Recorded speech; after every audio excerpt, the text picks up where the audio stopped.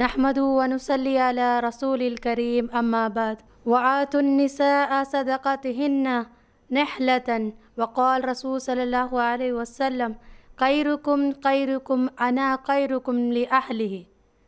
سب سے پہلے میں اللہ رب العزت کا شکر ادا کرتی ہوں جس نے ہم تمام کو اشرف المخلوقات بنا کر دنیا میں مبعوث کیا ہے اور جس نے ہم تمام پر اپنی نعمتوں کو بھرپور پورا کر دیا ہے۔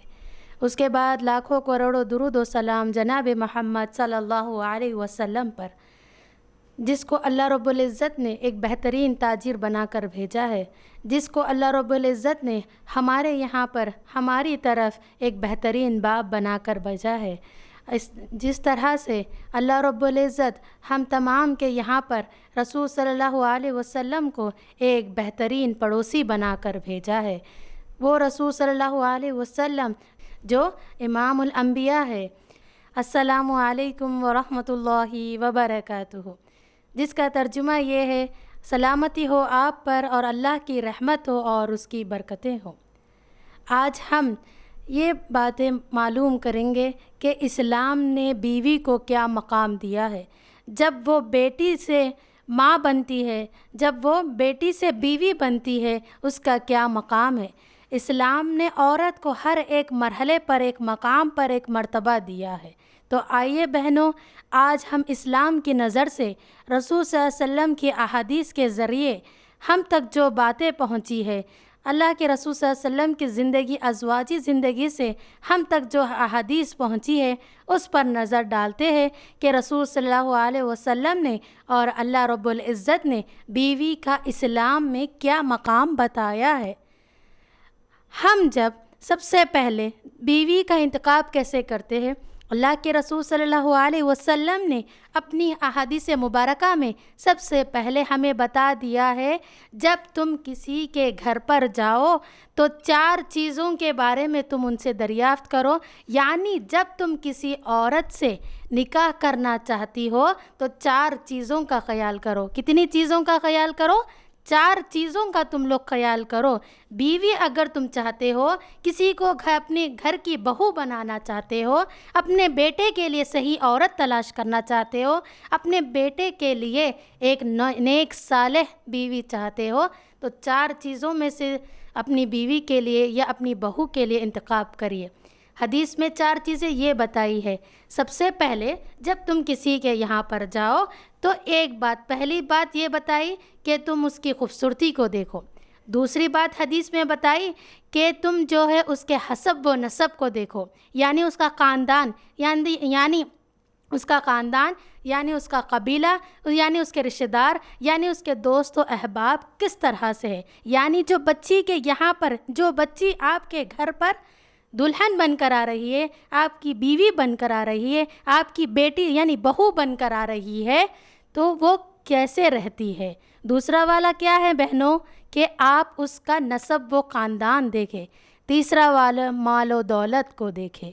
چوتھا والا آپ اس کے دینداری کو دیکھیں۔ چوتھا والا آپ اس کی دینداری کو دیکھیں۔ اللہ کے رسول صلی اللہ علیہ وسلم سے جب 4 باتیں بتا دی تو کہا تم اس کی خوبصورتی کو ترجیح نہ دو، سب 4 چیزوں میں سے سب سے زیادہ افضل چیز، بہترین چیز دین کی طرف ترجیح دیجیے۔ دین کی ترجیح ہم دے رہے ہیں بہنوں؟ نہیں، صد افسوس کے ساتھ کہنا پڑ رہا ہے آج ہم لڑکی نہیں بلکہ جو ہے ایک ٹیوب لائٹ کو تلاش کر رہے ہیں۔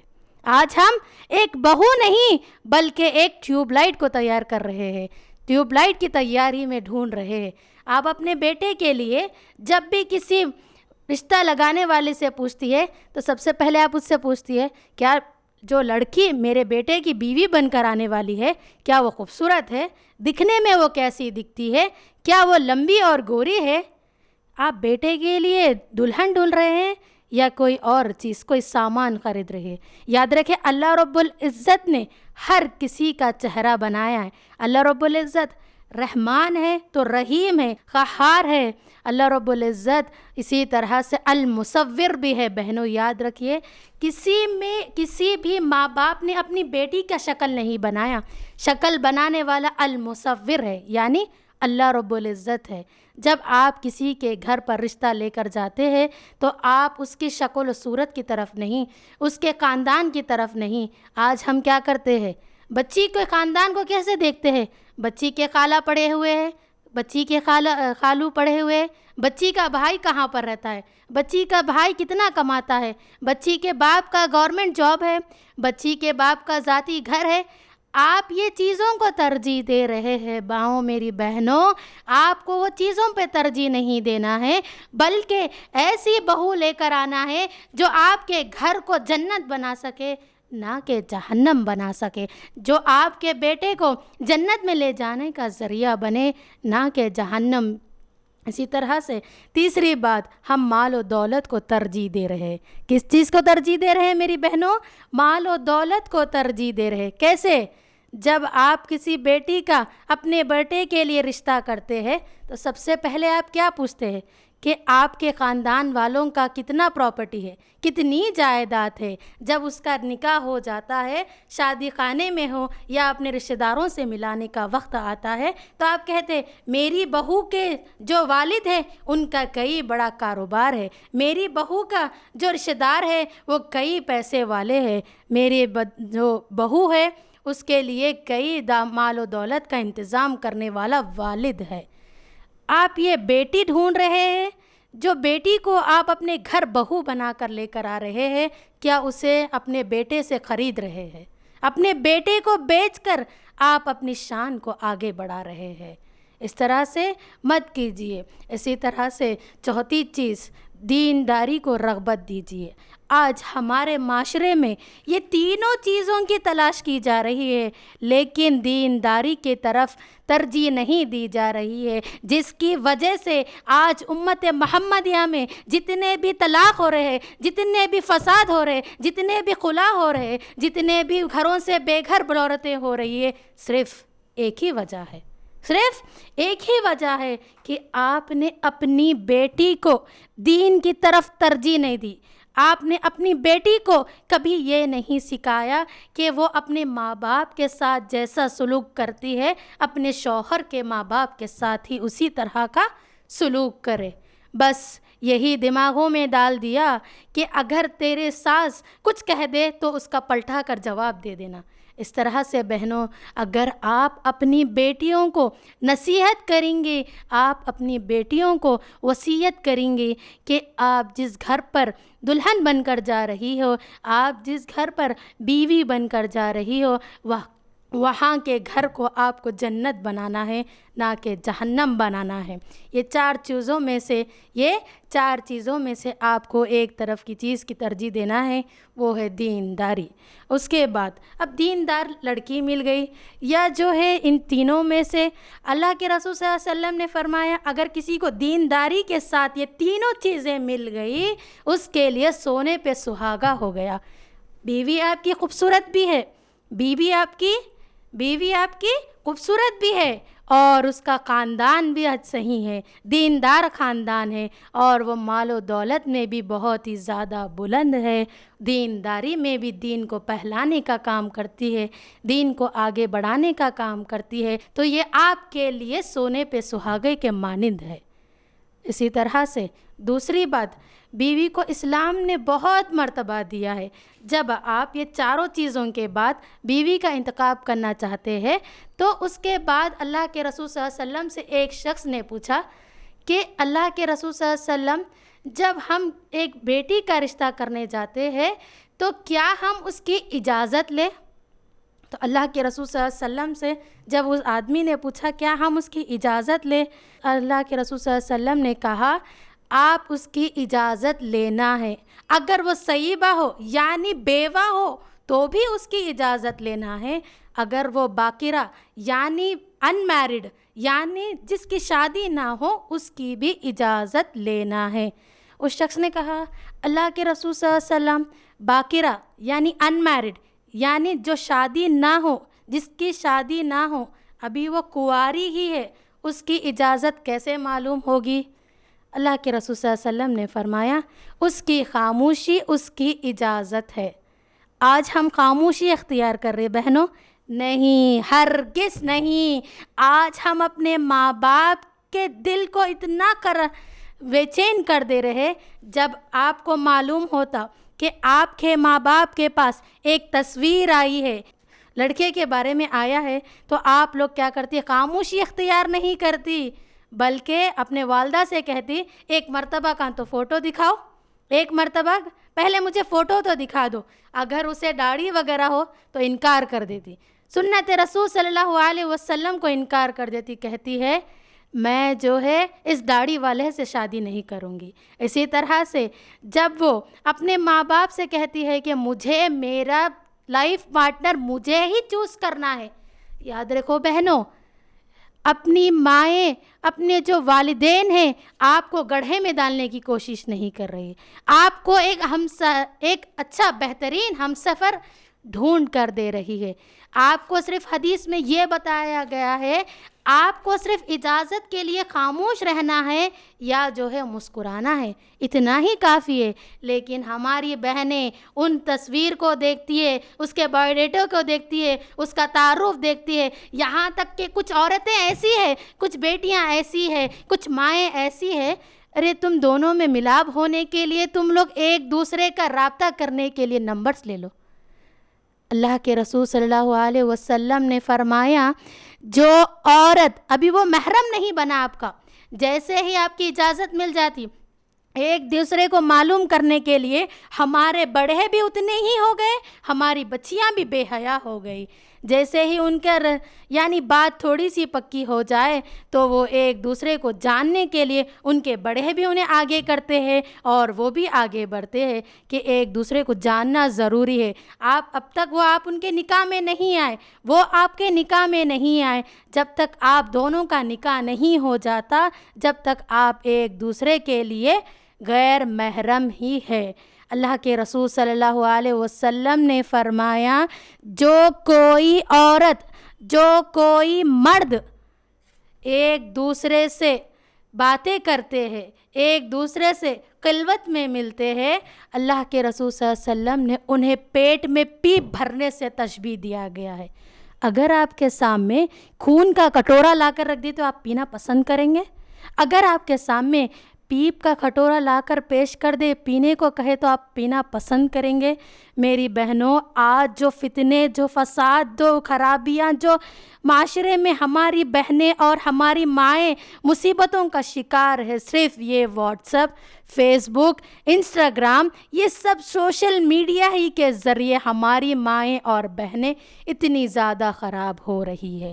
لہٰذا اپنی ماؤں کو چاہیے کہ وہ اپنی بیٹیوں کی طرف توجہ دے، زیادہ توجہ دے کہ وہ اپنی بیٹیوں کو جو ہاتھوں میں اتنے بڑے بڑے اسمارٹ فونز دے رہی ہے، وہ اسمارٹ فونز کا وہ کس طرح سے استعمال کر رہی ہے۔ لہٰذا جب بھی کسی باکرہ ہو یا سیبہ یعنی بیوہ لڑکی ہو یا جو ہے سیبہ یعنی ان میرڈ جو لڑکی ہو، ان دونوں سے بھی اجازت طلب کی جائے۔ اجازت صرف، میں پھر ایک مرتبہ دوہرا رہی ہوں، اجازت صرف خاموشی کی ہے، نہ کہ آپ کو کچھ کہنا ہے۔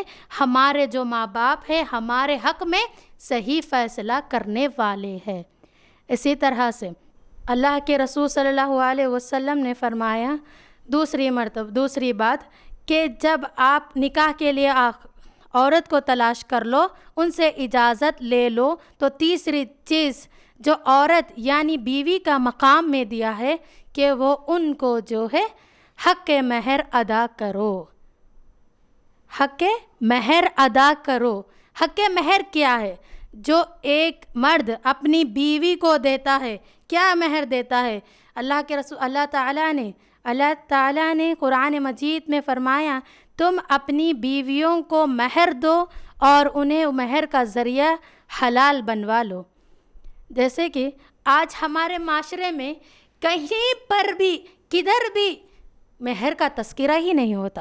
جب کوئی آتے یعنی کوئی رشتہ دار آتے کہتے کہ تمہاری بہو کتنا لے کر آئی، وہاں پر جوڑے کی رقم کی بات کی جاتی ہے، وہاں پر گاڑی بنگلے کی بات کی جاتی ہے، وہاں پر زیورات کی بات کی جاتی ہے بہنوں۔ لیکن افسوس، صدا افسوس، رشتہ ہونے کے بعد سب سے پہلے جہیز کا ہی بات کیا جاتا ہے، مہر کا بات نہیں کیا جاتا ہے۔ عورتیں ابھی آپ یہ کیا کریے کہ آپ مہر بھی پوچھنا شروع کر دیجئے۔ سب سے پہلے آپ کسی کے یہاں پر اپنی بیٹی کا رشتہ کرتے ہیں تو والد کیا کرے، اپنے اس لڑکے سے پوچھے کہ بیٹے تم کتنا مہر دے سکتے ہو۔ آپ کیا کر رہے ہیں؟ جہیز لے رہے ہیں، اور جو عورت یعنی بیٹے کی والدہ جو جہیز لے رہی ہے اپنے بیٹے کو بیچ دے رہی ہے۔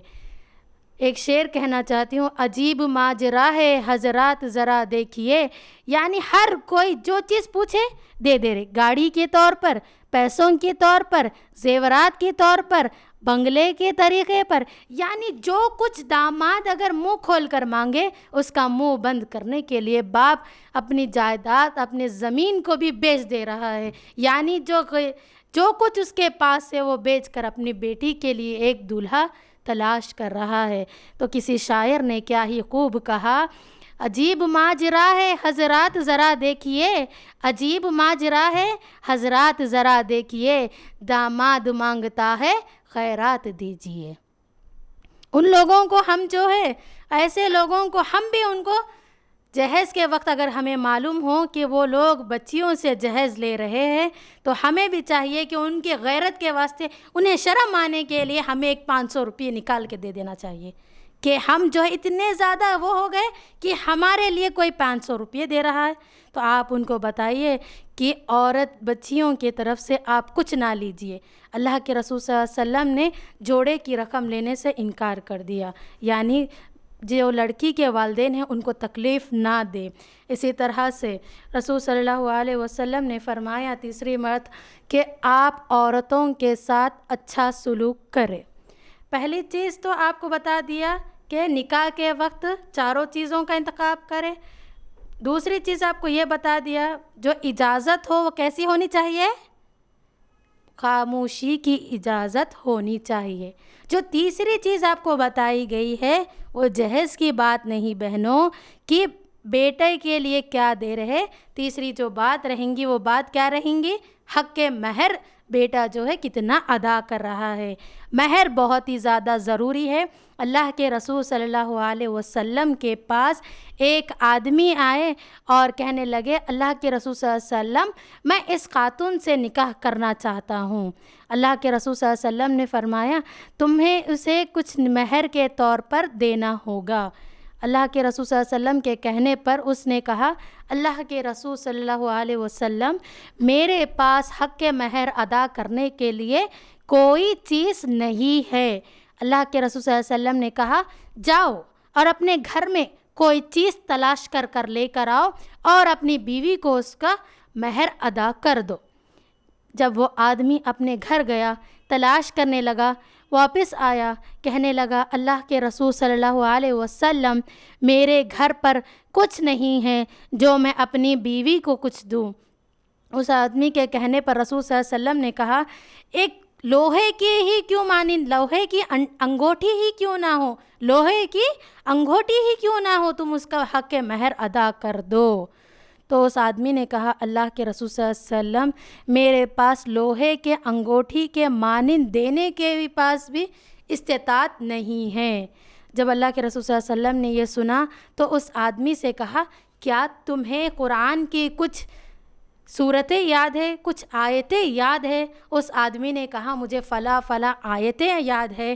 تو میں اپنی بیوی کو، اللہ کے رسول صلی اللہ علیہ وسلم سے اس آدمی نے کہا کہ مجھے فلاں آیتیں معلوم ہیں۔ تو اللہ کے رسول صلی اللہ علیہ وسلم نے ان دونوں کا نکاح کروا دیا۔ اور حق مہر میں کیا بتایا؟ حق مہر میں شوہر نے بیوی کو کیا دیا؟ آیتیں دی، یعنی کچھ آیتیں اسے سنا دی۔ کیا اس زمانے میں آیتوں کی صورت میں حق مہر ادا کیا گیا؟ ہمارے نوجوان جو اتنی زیادہ دولت رکھتے ہیں، جو اتنا زیادہ دہیج مانگتے ہیں، اتنی بڑی گاڑیوں میں پھرتے ہیں، ماں باپ کے یہاں پیسوں پر شان کرتے ہیں، کیا اتنے کنجوس ہو گئے؟ کیا اتنے بخیل ہو گئے؟ کیا ان کی ضمیر مر گئی ہے کہ وہ ایک بیوی کو اپنا حق مہر نہیں دیتے؟ مہر بھی اگر دے دے تو اگر لینے کے وقت میں 20,000 40 لاکھ اس طرح سے لیں گے، 1 لاکھ 2 لاکھ۔ مہر کی قیمت کسی کی بہنوں، آپ لوگوں میں سے کچھ ہی لوگوں نے سنا ہوگا کہ کسی کا مہر 1 لاکھ دیا گیا ہو، لیکن مہر کی جو رقم ابھی ادا کی جا رہی ہے ہمارے ہندوستان میں، وہ 5,000 10,000، لیتے وقت میں لاکھوں میں لینا، دیتے وقتوں میں ہزاروں میں دینا، یہ بالکل جائز نہیں ہے۔ عورت کا جو حق ہے، عورت کا جو مقام ہے، عورت کو جو خوش کرنے کا طریقہ ہے، آپ اس سے ان کا جائزہ لیجئے، ان کے حق میں وہ حصہ دے دیجئے۔ اسی طرح سے چوتھی بات، اللہ کے رسول صلی اللہ علیہ وسلم نے فرمایا کہ تم اپنے بیویوں کے ساتھ اچھا سلوک کرو۔ حدیث میں کیا بات بتائی گئی؟ خیرکم خیرکم انا و اہلی خیرکم، خیرکم خیرکم لأہلہ انا خیرکم لأہلہ، میں تم لوگوں سے بہتر ہوں، تم لوگ اپنی بیویوں کے ساتھ اچھا برتاؤ کرو، تم لوگ اپنی بیویوں کے ساتھ اچھا برتاؤ کرو جس طرح سے میں اپنے بیویوں کے لیے، اپنے گھر والوں کے لیے بہتر کرتا ہوں۔ اللہ کے رسول صلی اللہ علیہ وسلم نے یہ بات تو بتا دی، کیا ہم اپنے بھائی سے پوچھ سکتے ہیں؟ کیا ہم اپنی بہنوں سے پوچھ سکتے ہیں؟ کیا ہمارے جو بھائی اپنی بیویوں کو نکاح کر کر لائے ہیں، کیا وہ ان کا حق ادا کر رہے ہیں؟ وہ تو کہیں ہوٹلوں میں کھا رہے ہیں، لیکن اپنے بیویوں کو ویسے ہی چھوڑ دے رہے۔ اللہ کے رسول صلی اللہ علیہ وسلم کے پاس ایک صحابی آئے، کہنے لگے اللہ کے رسول صلی اللہ علیہ وسلم، آپ کے لیے آج میرے گھر پر دعوت ہے۔ کیا کہنا ہے انہوں نے؟ اللہ کے رسول صلی اللہ علیہ وسلم، آج آپ کے لیے میرے گھر پر دعوت ہے۔ اللہ کے رسول صلی اللہ علیہ وسلم کا جواب کیا تھا کہ میں گھر پر اکیلا نہیں ہوں، میرے ساتھ عائشہ ہے۔ آج ہم اپنا زیادہ وقت بیویوں کو نہیں، دوستوں کو دیتے ہیں۔ آج ہمارا زیادہ سے زیادہ وقت ہم اپنے فونوں کو دیتے ہیں، لیکن جو ہے اپنی بیویوں کا اس کو وقت نہیں دیتے، ان کے ساتھ اچھا سلوک نہیں کرتے۔ آج ہمارے بھائی لوگ، آج ہماری بہن، جو سب جتنے بھی اختلافات آ رہے موبائل فون کی ہی وجہ سے آ رہے ہیں۔ اب ایک عورت کو دوسرے عورت کی ضرورت ہی نہیں ہے کہ میں نے ایک واقعہ سنا ہے کہ جس دن نکاح ہوا ہے اسی دن دلہن اپنی کمرے میں بیٹھی ہوئے اور اپنے دوستوں سے کچھ چیٹ کر رہی ہے۔ دلہا جب جیسے ہی کمرے میں داخل ہوا، دیکھا کہ دلہن اپنی سہیلیوں سے چیٹ کر رہی ہے، تبھی اس کو طلاق دے دیا۔ کہا تم اپنے اس دن کے لیے بھی اپنی سہیلیوں سے مبارکبادی، سہیلیوں سے چیٹ کر رہی ہو، تو ایسی عورت مجھے نہیں چاہیے۔ یہ فونوں کے ہی ذریعے سے دونوں میں اختلافات آ جا رہے، دونوں میں جدائی آ جا رہی ہے۔ اسی لیے لہٰذا جب بھی آپ اپنی بیوی کے پاس جائے تو اس سے ہنستے ہوئے مسکراتے ہوئے رہے، اس کو اپنے ساتھ کھلائے، اس کو اپنے ساتھ پلائے، اس کو اپنے ساتھ کہیں باہر لے کر جائے۔ اتنا فتنہ جتنا آج دنیا میں پھیلا ہوا ہے، وہ ہر کسی کے گھر میں سے یہ فتنہ ختم ہو جائے گا۔ بیوی کو اپنی ضمیر سمجھیے، بیوی کو اپنا لباس سمجھیے، بیوی کی عزت کو، آبرو کو اپنے دوستوں میں نہ اچھالے۔ بیوی آپ کی لباس ہے، اگر آپ اس کے لباس کو اتار دیں گے، آپ ان سے کہیں گے کہ آپ جو ہے میری بیوی اس طرح سے رہے گی، یاد رکھیں اللہ کے رسول صلی اللہ علیہ وسلم نے ایک حدیث میں بات بتائی ہے کہ ایک عورت دوسری عورت کا تشابیہ یعنی تصور نہ دلائے اس کے شوہر کو کہ میری سہیلی اس طرح سے ہوتی ہے، میری سہیلی یہ کرتی ہے۔ اللہ کے رسول صلی اللہ علیہ وسلم نے بتایا جب ایک عورت اپنی سہیلی کے بارے میں کہتی ہے تو اس آدمی کو اس کی بیوی سے زیادہ اس عورت پر ترجیح ہو جاتی ہے، یعنی وہ اپنے ذہن میں اس عورت کو ہی لے کر آ جاتا ہے۔ اسی طرح سے مرد بھی اپنی بیوی کے باتیں دوسرے مردوں کے سامنے نہ کہے، جو کچھ بھی ہے اپنے گھروں ہی میں اسے برقرار رکھے، نہ کہ گھر کی دہلیز کو، عزت کو بازاروں میں اچھالے۔ لہٰذا اللہ کے رسول صلی اللہ علیہ وسلم نے اس صحابی سے کیا کہا کہ میرے ساتھ عائشہ ہے، پھر وہ صحابی چلے گئے، پھر واپس آئے، کہنے لگے اللہ کے رسول صلی اللہ علیہ وسلم میرے گھر پر صرف ایک آدمی کا کھانا ہے۔ اللہ کے رسول صلی اللہ علیہ وسلم پھر انکار کر دیے، کہا میں اپنی بیوی، میری اہلیہ امہات المومنین عائشہ رضی اللہ عنہا کو چھوڑ کر دعوت قبول نہیں کروں گا۔ آج ہماری بھائیوں کو ضرورت ہے کہ وہ بیویوں کو زیادہ سے زیادہ وقت دے، ان کے ساتھ کھائے پیے، جو کچھ ان کو وقت دینا ہے وہ ان کے حق میں ان کا وقت دے دے، اور اپنی بیویوں کو عزت کو دوسروں کے سامنے نہ نچھاور کرے۔ آپ کی بیوی آپ کی عزت ہے، آپ کی بیوی آپ کے گھر کی حفاظت کرنے والی ہے، آپ کی بیوی آپ کے بچوں کی دیکھ بھالی کرنے والی ہے، آپ کی بیوی امت محمدیہ کے فرد کو جنم دینے والی ہے، آپ کی بیوی ایک امت محمدیہ کے فرد کی تربیت کرنے والی ہے، لہٰذا اپنی بیویوں کے ساتھ اچھا سلوک کرے۔ اسی طرح سے کسی مرد کے یعنی کسی آدمی کے ایک سے زائد بیوی ہو، اللہ کے رسول صلی اللہ علیہ وسلم نے فرمایا کسی شخص کے ایک سے زیادہ بیویاں ہوں، یعنی ایک نکاح کے ساتھ وہ دوسری شادی کرتا ہے یا تیسری شادی کرتا ہے، تو ان دونوں کے درمیان میں انصاف کرے۔ آج ہمارا معاشرے میں ایسا انصاف کرنا ہے ہی نہیں۔ اگر کوئی پہلی شادی سے بیزار ہو جاتا ہے تو اب وہ دوسری شادی کرتا ہے۔ اللہ کے رسول صلی اللہ علیہ وسلم نے کیا بتایا ہے؟ اگر کوئی عورت بیوہ ہو، اگر کوئی عورت بے سہارا ہو، اگر کوئی عورت جو شادی شدہ نہ ہو، آپ ان کا ذریعہ بنیے، آپ ان کا سہارا بنیے۔ آپ کو اس طرح سے بتایا گیا ہے، لیکن آج ہمارے ذہن کیسے ہو گئے معلوم ہے کہ آپ اگر اپنی بڑی بیوی سے یعنی پہلی بیوی سے ناراض ہو جاتے ہیں، اس سے خفا ہو جاتے ہیں، اس کی کوئی ایک ادا آپ کو پسند نہیں آتی، آپ اس کی اصلاح نہیں کرتے، بلکہ آپ اس کو جلانے کے لیے یا اس کو نصیحت دینے کے لیے یا اس کو ستانے کے لیے اس کے عوض میں دوسری شادی کر لیتے ہیں۔ اللہ کے رسول صلی اللہ علیہ وسلم نے جو ہے آپ کو اس سے کرنے سے منع کیا ہے۔ کبھی ایسا ہوتا کہ آپ جو ہے پہلی بیوی کی طرف زیادہ ترجیح دے دیتے، کبھی ایسا ہوتا جو دوسری آپ کے یہاں پر آئی اس کے یہاں ترجیح دے دیتے، آپ ایسے کبھی ایسا ہوتا کہ چھوٹی بیوی سے تنگ آ کر وہ اپنی پہلی بیوی کی طرف واپس رغبتی اختیار کرتا ہے۔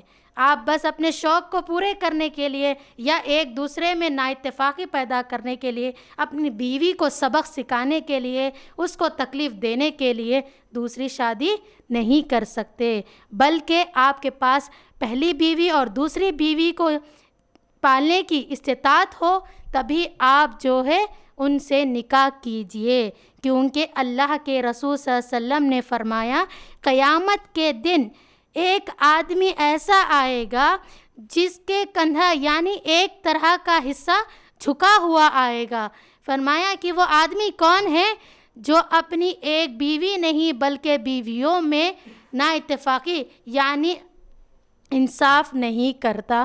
ایسا شخص قیامت کے دن ایک حصے سے جھکا ہوا آئے گا۔ تو آپ اپنی بیویوں میں، دونوں بیویوں میں عدل کیجئے، انصاف کیجئے۔ جو پہلی بیوی کے پاس لے کر جاتے ہیں دوسری بیوی کے بھی ایسے ہی کریے۔ اگر آپ 2 بیویوں کو نہیں سنبھال سکتے، اگر آپ 3 بیویوں کو نہیں سنبھال سکتے، سورہ نساء میں اللہ تعالیٰ نے بتایا اگر تمہیں ایک لڑکی پسند آ جائے، اگر تمہیں ایک خاتون پسند آ جائے تم اس سے نکاح کر لو۔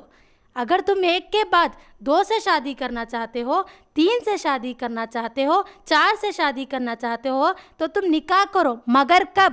جب تمہارے یہاں پر استطاعت ہو، جب تمہارے یہاں پر طاقت ہو کہ تم ان دونوں کو برابر دیکھ سکتے ہو، تبھی تم ان سے نکاح کرو، نہ کہ اختلاف کے معاملے میں تم آگے بڑھو۔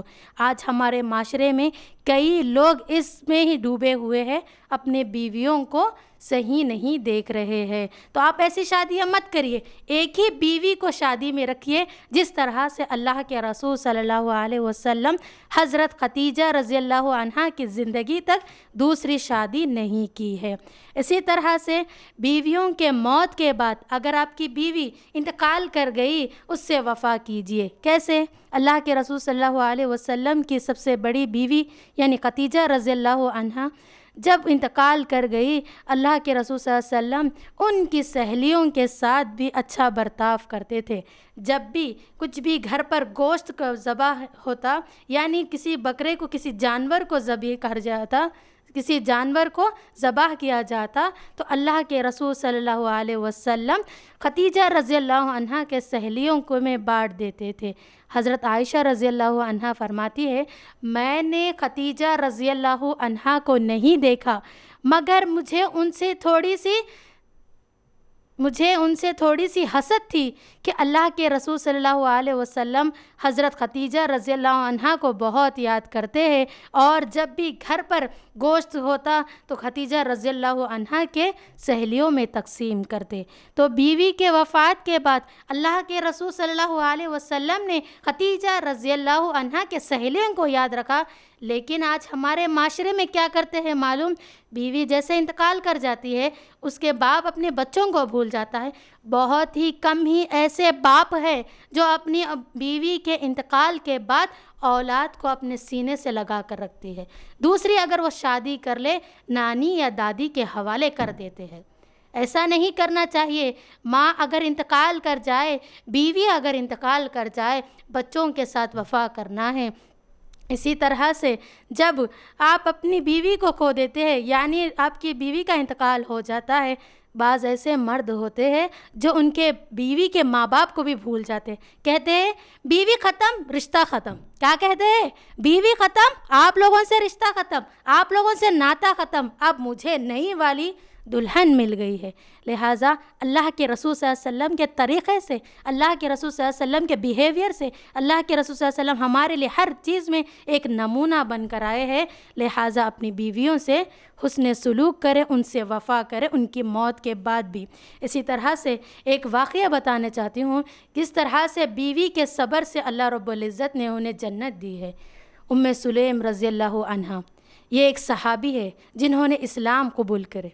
ان کا ایک بیٹے تھے جن کا نام ابو عمیر تھے، ان کے شوہر ابو طلحہ رضی اللہ عنہ تھے۔ یہ دونوں کا نکاح ہوا، اللہ رب العزت نے انہیں ایک اولاد دی ابو عمیر رضی اللہ عنہ۔ جب یہ ابھی چھوٹے ہی بچے تھے، ابو طلحہ سفر کے لیے نکل گئے۔ جب ابو طلحہ سفر کے لیے نکل گئے تو بچے کو اپنے بیوی کے حوالے یعنی ماں کے ذمے میں رکھ کر چلے گئے۔ ابو سلمہ ابھی واپس نہیں، ابو طلحہ ابھی واپس بھی نہیں آئے، جب تک جو بچہ ان کا تھا وہ انتقال کر گیا۔ گھر پر کون تھے؟ ام سلیم رضی اللہ عنہا اور ان کے بیٹا۔ جب ابو طلحہ تجارت کے لیے گئے کہیں باہر، بیٹے کا انتقال ہو گیا۔ بیٹے کا جیسے ہی انتقال ہوا، ام سلیم جو ماں ہیں، آج ہماری ماؤں کو اگر چھوٹی سی بھی خروچ آ جاتی ہے، ماں کا دل کلیجے کو آ جاتا ہے اور وہ رو پڑتے ہیں کہ میرے بیٹے کو تکلیف پہنچی ہے۔ ام سلیم جیسی ماں بنیے، ام سلیم جیسی ماں بنیے۔ اس عورت نے اپنے بیٹے کو جیسے ہی انتقال کر گیا، کم سن لڑکا ہے، کم عمر والا لڑکا ہے، جیسے ہی انتقال کر گیا، اس کی والدہ نے اسے غسل دیا، غسل دے کر گھر کے کسی حصے میں چھپا دیا۔ جیسے ہی ابو طلحہ واپس اپنے گھر آئے، آ کر اپنے بیٹے کے بارے میں دریافت کیا، کہا ام سلیم ہمارا بیٹا کیسا حال میں ہے؟ کس حال میں ابھی ہمارا بیٹا ہے؟ ام سلیم نے بڑے ہی اطمینان سے کہا، اے میرے خاوند، ابھی ہمارا بیٹا پہلے سے بہتر ہے، ابھی وہ کوئی تکلیف میں نہیں ہے۔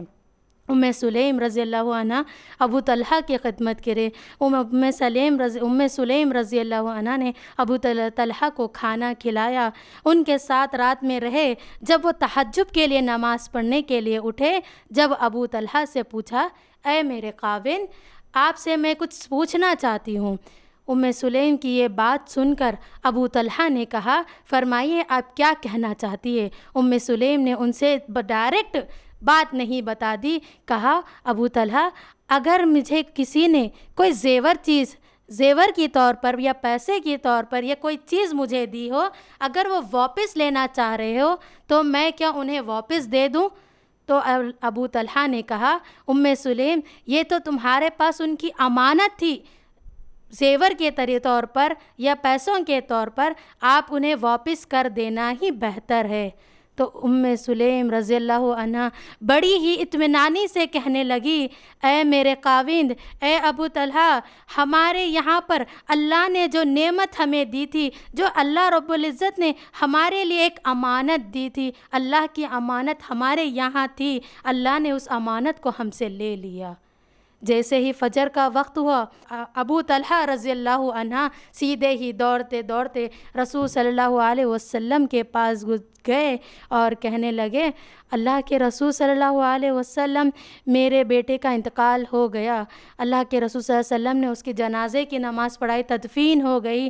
اللہ کے رسول صلی اللہ علیہ وسلم نے ابو طلحہ سے کہا، تمہاری بیوی بہت زیادہ صبر والی ہے، اس نے تمہیں ذرا سا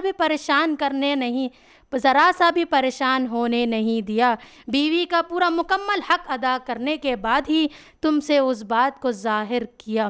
لہٰذا اس واقعے میں ہمیں یہ معلوم ہوتا ہے کہ بیویوں کو صبر کرنا چاہیے، شوہروں کی نکتہ چینی نہیں کرنا چاہیے، بیویوں کو ہمیشہ اپنے شوہروں کی عزت کی حفاظت کرنی چاہیے، اپنے شوہروں کی شکر گزار بننی چاہیے، کیونکہ اللہ کے رسول صلی اللہ علیہ وسلم نے بتایا، سب سے زیادہ میں نے جہنم میں عورتوں کی کثرت دیکھی ہے۔ وجہ کیا تھی؟ کہ وہ اپنے شوہروں کی زیادہ سے زیادہ ناشکری کرتی ہے۔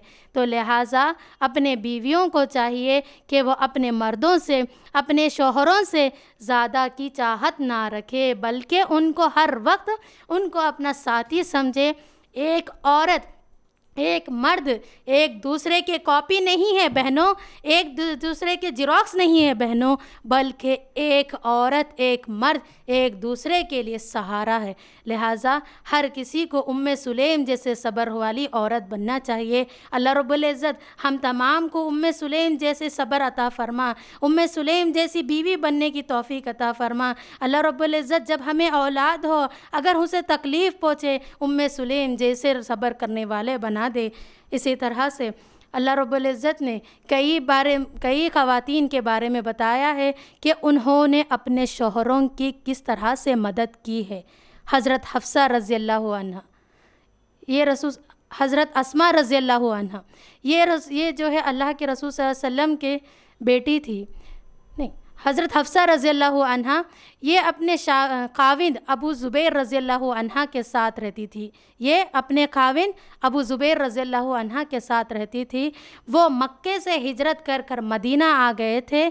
مدینہ جب وہ آئے تھے، ان کے پاس کچھ نہیں تھا سوائے ایک اونٹنی کے۔ وہ اپنے شوہر کے ساتھ اپنے مددگار بنتی تھی۔ اونٹ کو کھلانے کے لیے ان کے پاس کوئی چارہ نہیں تھا، تو لہٰذا وہ جنگل میں جاتی، کھجوروں کے گٹلیاں لا کر کھجوروں کی گٹلیوں کو پیس کر اونٹ کو کھلا دیتی تھی۔ وہ اپنی بیوی جو ہے وہ اپنے خاوند کے لیے مددگار بنی۔ لہٰذا ایک بہترین خاتون بننے کے لیے ہمیں چاہیے کہ ہم اپنے شوہروں کا سپورٹ کریں، نہ کہ ان کے سپورٹ میں دخل دے۔ اللہ رب العزت سے دعا ہے کہ اللہ رب العزت ہمیں پاک دامن والی بیوی بنا دے۔ اللہ رب العزت جو کوئی عورت یا مرد دنیا میں ایک دوسرے کے لیے بنے ہوں، اللہ رب العزت انہیں آخرت میں ایک دوسرے کے لیے ہی بنائے۔ وآخر الدعوانا ان الحمد للہ رب العالمین، والسلام علیکم ورحمۃ اللہ وبرکاتہ۔